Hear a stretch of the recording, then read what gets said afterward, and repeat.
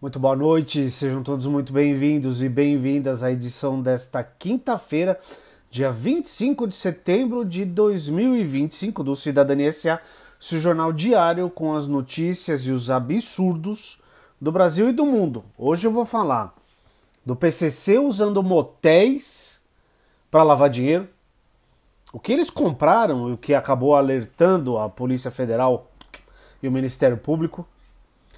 O presidente da Palestina falou hoje na ONU. Bolsonaro sabia dos desvios do INSS e não fez nada. Também vou falar da preocupação deles com o Eduardo Bananinha. Pesquisa IPESP mostra que a aprovação de Lula supera a desaprovação pela primeira vez no ano. E profissionais da saúde de São Paulo devem entrar em greve em 1º de outubro pelo descumprimento da palavra de Tarcísio, o moderado, tá bom? Antes de eu ir para as notícias, é muito importante o quê? Você deixe seu like e se inscreva no canal se você ainda não é inscrito ou inscrita. E muito importante também que você mande as notícias para mais pessoas e o vídeo também para mais pessoas ficarem sabendo das notícias que estão acontecendo no nosso querido país, tá bom? Então vamos começar com o PCC. Veja a lista de motéis em São Paulo usados pelo PCC para lavar dinheiro. A investigação faz parte da Operação SPER, deflagrada hoje, e que mira o esquema ilegal da facção nos setores de combustíveis e de jogos de azar. Motéis e empresas hoteleiras movimentaram mais de 450 milhões de reais entre 2020 e 2024. É parte da Operação Carbono Oculto, tá bom? Uma rede com cerca de 60 motéis e empresas hoteleiras era usada pelo primeiro comando da capital em nomes de laranjas para lavar dinheiro do crime organizado, revelou uma investigação da Receita Federal e do Ministério Público de São Paulo hoje. Os motéis movimentaram mais de 450 milhões de reais entre 2020 e 2024. Alguns estabelecimentos já foram identificados e estão localizados em Ribeirão Pires, Itaquaquecetuba, Santo André, São Bernardo do Campo, na Grande São Paulo, e em bairros da zona leste de São Paulo.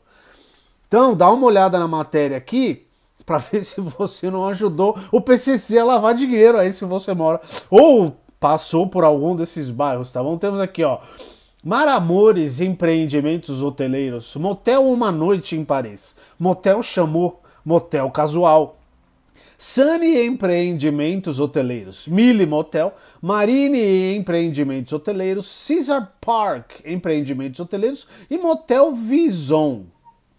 As investigações fazem parte da Operação SPER, realizada hoje e que mira o esquema ilegal da facção nos setores de combustíveis e de jogos de azar. Segundo a Receita Federal, esses estabelecimentos contribuíram para o aumento patrimonial dos sócios parceiros do crime organizado com a distribuição de 45 milhões de reais em lucros e dividendos. Um dos motéis chegou a distribuir 64% da receita bruta declarada. Restaurantes localizados nos motéis com CNPJs próprios também integravam o esquema, onde ele distribuiu 1,7 milhão de reais em lucros após registrar receita de 6,8 milhões entre 2022 e 2023. A descoberta da operação envolvendo os motéis se deu porque a conta de iCloud de um operador do grupo criminoso continha comprovantes digitais que demonstravam as transferências dos motéis para uma fintech, usada como instituição de pagamento central na operação da lavagem de dinheiro. Tá? Agora, a outra matéria. Essas duas estão no G1, tá bom? Deixa eu ver aqui. Essa é do Bruno Tavares e da Letícia Dauer. A próxima é do Rodrigo Rodrigues, do G1 também. Iate, Lamborghini e helicópteros. Compra de artigos de luxo milionários levantou suspeitas sobre motéis do PCC em São Paulo. A compra de artigos de luxo e milionários como iate, Lamborghini e helicópteros ajudou a levantar a suspeita da Receita Federal e do Ministério Público Paulista sobre a movimentação financeira de uma rede de cerca de 60 motéis do PCC no estado de São Paulo. O esquema de lavagem de dinheiro do crime organizado usando motéis em nomes de laranjas foi revelado hoje como parte da Operação SPER. Essa operação é um desdobramento da Operação Carbono Oculto, como eu falei, que revelou como o PCC usa fintechs do sistema financeiro da Faria Lima. Entre os bens adquiridos pelos motéis investigados estão um iate de 23 metros, inicialmente comprado por um dos motéis e depois transferido a uma empresa de fachada que também adquiriu um helicóptero. Um helicóptero, modelo Augusta A109E, foi comprado em nome de um dos investigados. Carro esportivo, uma Lamborghini Urus, ou Urus, eu sou pobre, não tenho a menor ideia do nome, adquirido por empresa patrimonial, e terrenos onde estão localizados diversos motéis, avaliados em mais de 20 milhões de reais. A aquisição desses bens acendeu o sinal de alerta, porque além de estar incompatível com a receita declarada, não fazia sentido para um motel comprar uma Lamborghini, ou um helicóptero, ou um iate, né? Cara, que absurdo, hein? Então, a Operação SPER, realizada hoje, mira o esquema ilegal da facção nos setores de combustíveis e jogos de azar. Tá? Aqui tem um gráfico bem legal mostrando aqui como que eles faziam para lavar grana. Tem uma outra matéria que aí vocês podem ir abrindo, tá? Vão lendo as outras coisas que tem aqui mostrando como uma fintech, o negócio ia direto pro laranja, o dinheiro, quando passava o cartão. Tem muita coisa aqui, tá?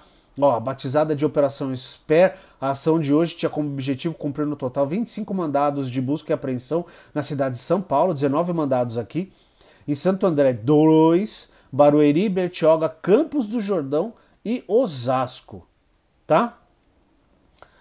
Leiam, que o negócio aqui é feio, tá bom? Agora, vamos falar de Jair? Vamos falar de Jair.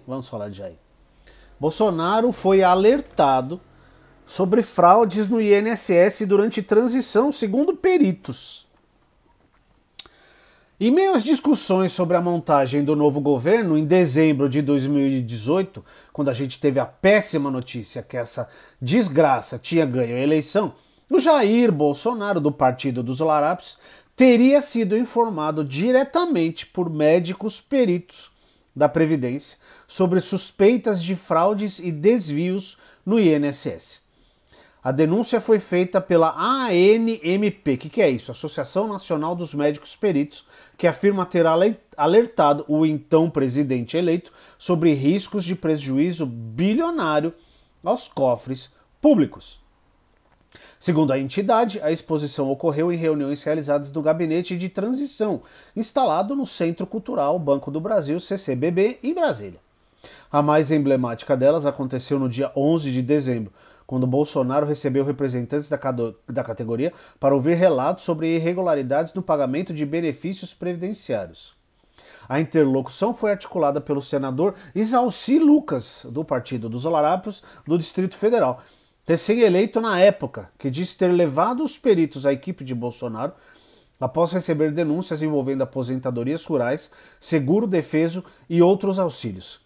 Ele, no entanto, afirma não se lembrar da identidade dos denunciantes. E aí nem de todos os integrantes do grupo de transição presentes nas reuniões.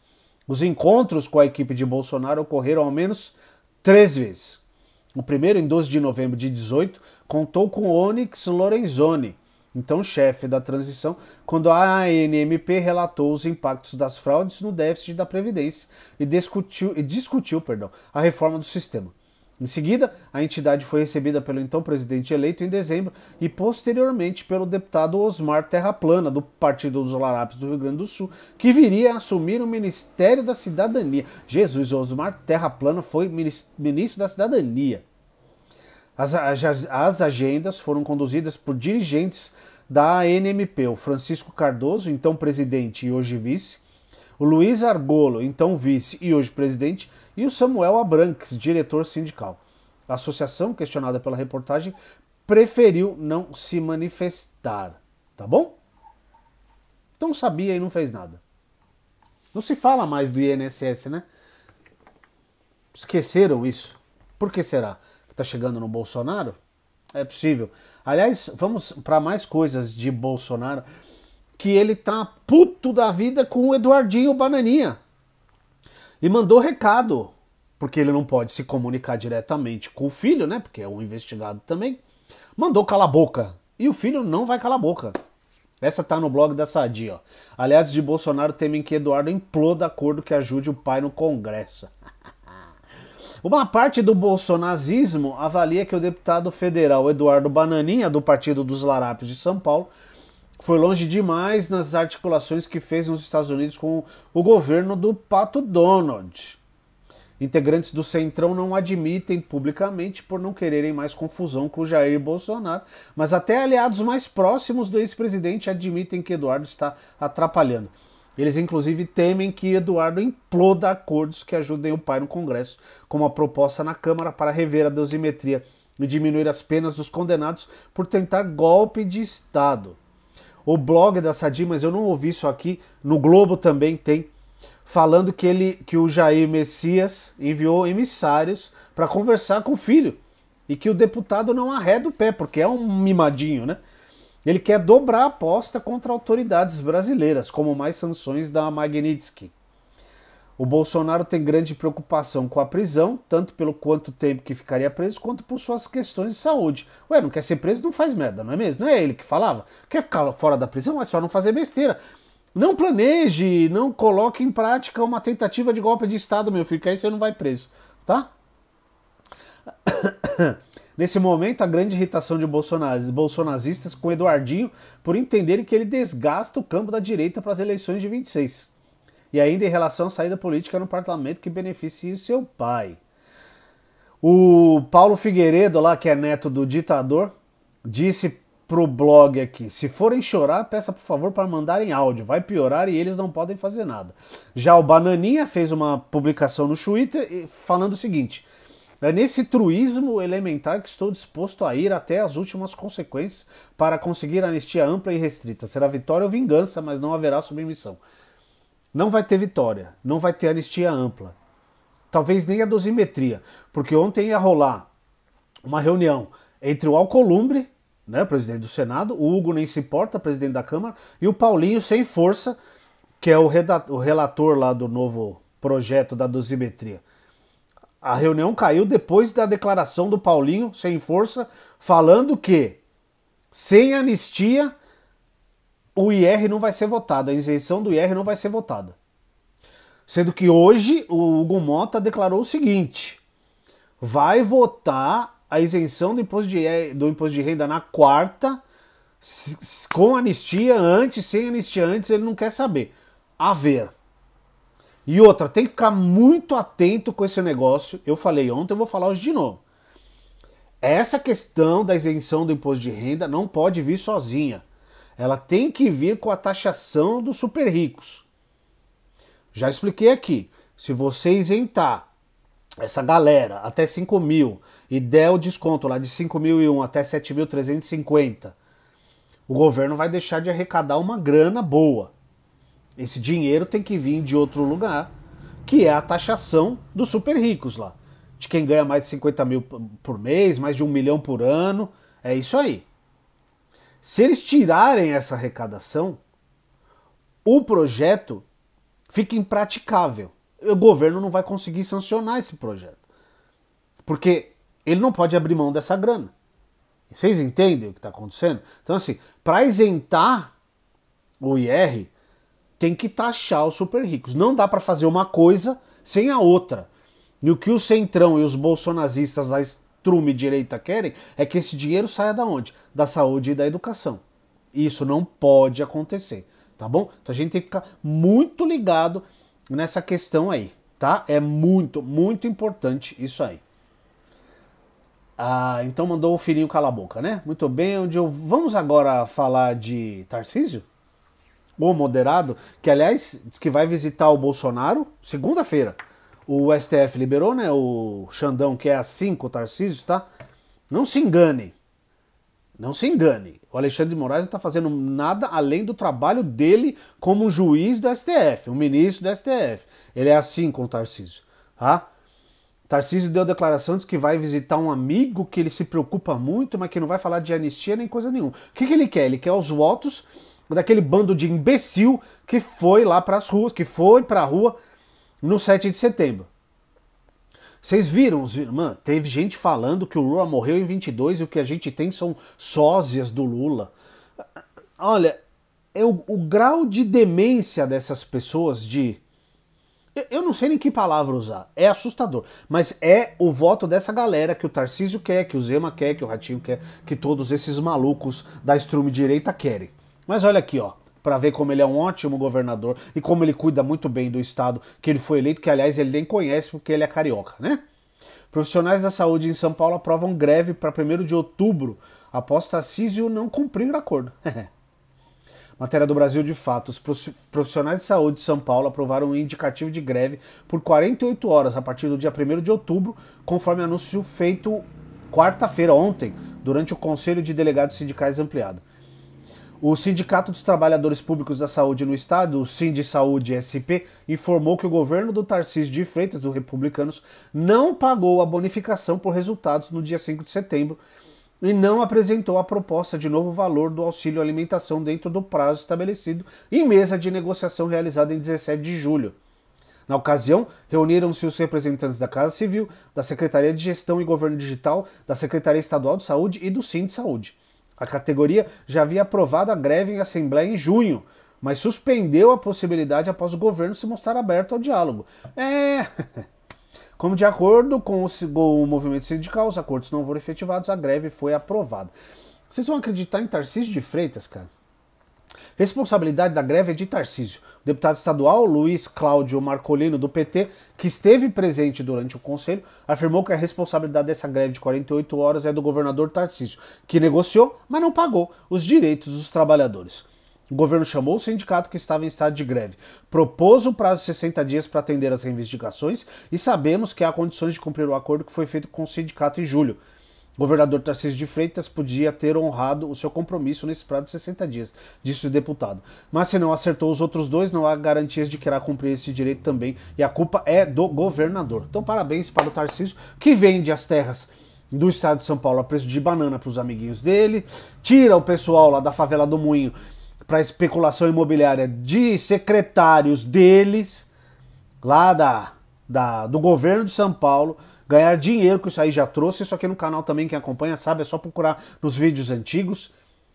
Então, isso aqui é só uma tática para adiar e fazer as pessoas irem trabalhando e não entrarem em greve. Então, a greve deve acontecer a partir de 1º de outubro. Então, se você for tentar ser atendido e não conseguir, não vá xingar os trabalhadores. Xingue o Tarcísio, a responsabilidade é dele, tá bom? Lula! Luiz Inácio Lula da Silva vira o jogo. A aprovação do governo chega a 50% e supera a desaprovação, aponta IPESP.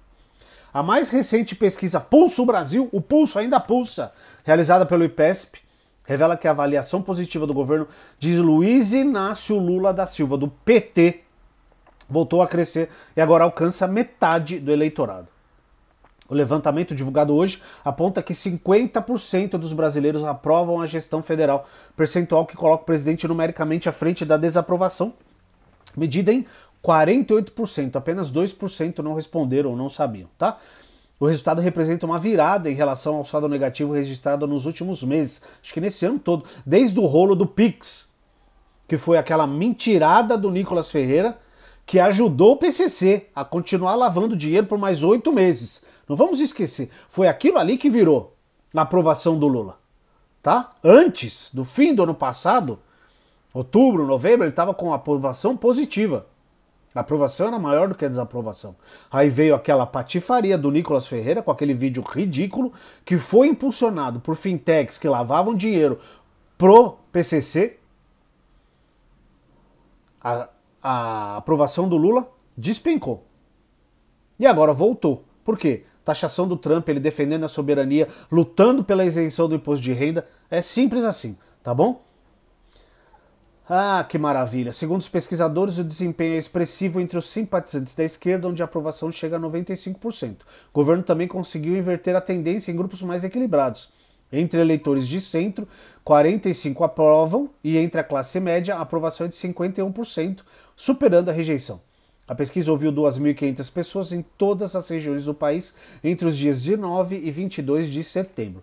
A margem de erro de 2 pontos percentuais para mais ou para menos, com nível de confiança de 95,45%.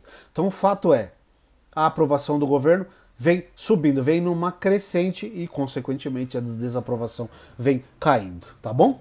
A última.